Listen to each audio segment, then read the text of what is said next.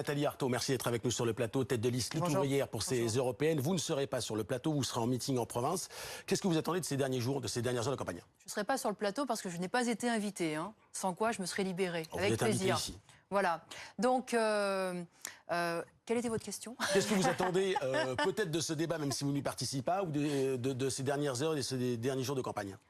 Bien, de pouvoir effectivement toucher un maximum de travailleuses, de travailleurs, pour leur dire qu'il faut profiter de cette occasion pour pousser un cri de colère. Un cri de colère contre les bas salaires, contre les reculs des conditions de travail, contre ces petites retraites, contre cette politique anti-ouvrière de Macron, mais aussi et surtout contre cette politique du grand patronat qui consiste à en vouloir toujours plus et effectivement à faire reculer nos droits. Donc lever le drapeau des intérêts des travailleurs, exprimer leur conscience, qu'ils auront des combats à mener et qu'il faut effectivement qu'ils contestent ce grand capital qui se conduit comme un rouleau compresseur sur toute la société. Alors si on regarde les intentions de vote, les listes de gauche semblent distancées. Comment vous expliquez ça? Les électeurs, vos électeurs sont désabusés?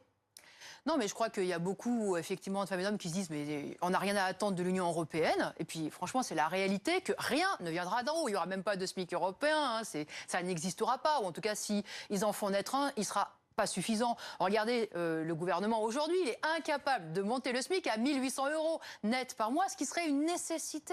Une nécessité. Donc, ils sont conscients de cela. Moi, je leur donne pas tort. Hein, ils ont raison. Ils ont raison. Il n'y a rien à attendre. Mais je pense qu'à chaque fois qu'il y a un combat qu'on peut mener, qu'on peut dire, bah, voilà où sont nos intérêts, quels sont nos objectifs à nous, travailleurs, eh bien, il faut qu'ils le disent. Voilà, je crois que ce qui manque, c'est un parti qui représente les intérêts des travailleurs, leur programme, leur politique. Ils ont raison de rejeter tous ces partis qui ne jurent que par ces investisseurs qui n'existent pas, on y reviendra peut-être dans la discussion, mais tous ces partis qui ne jurent que par cette société où l'argent va à l'argent. Hein. Mais c'est ce qui est frappant, on vous écoute, on sort de 6 mois de crise, enfin on sort pas, 6 mois de crise des Gilets jaunes, la situation d'Ascoval aujourd'hui, et pourtant on a le sentiment que toutes ces problématiques ne trouvent pas un écho, en tout cas chez les gens qui vont voter pour la liste de gauche. Comment vous l'expliquez véritablement?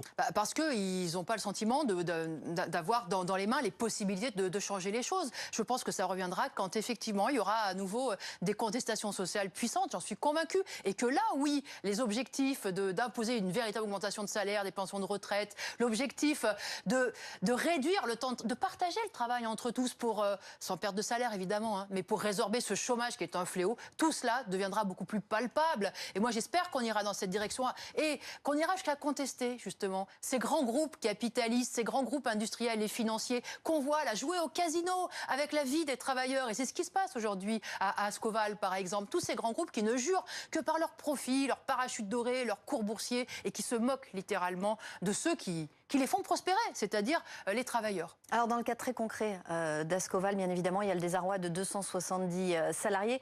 Que pensez-vous de la réaction de l'État et que faudrait-il faire ?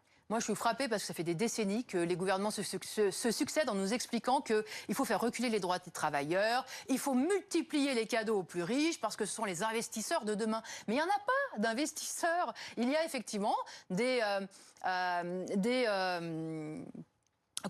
aventuriers de la finance, voilà, qui achètent, qui vendent les entreprises, mais ils s'en moquent complètement des entreprises. Encore plus des travailleurs, mais ils se moquent des entreprises. Moi, les seuls investisseurs que je vois dans cette société, en fait, ce sont les salariés, ce sont les travailleurs. C'est tous ceux-là qui sont attachés à leur entreprise. Parce qu'eux, ils y ont passé leur vie. Parce qu'ils ont passé le plus clair de leur temps, leurs compétences, leur énergie. Parce qu'ils y ont investi parfois leur santé. Parce y compris quand on est travailleur, on n'a pas le choix. Hein. On a investi toute sa vie privée, familiale, en fonction de son entreprise. Donc moi, dans cette société, je pense que ce sont eux les vrais investisseurs. Ce sont les travailleurs. Et les perspectives, c'est qu'effectivement, ils remplacent tous ces grands capitalistes, ces grandes familles bourgeoises à la tête des entreprises. Parce que là, s'ils prenaient effectivement les manettes collectivement, s'ils dirigeaient ces entreprises, eh bien là, elles fonctionneraient véritablement pour l'intérêt collectif.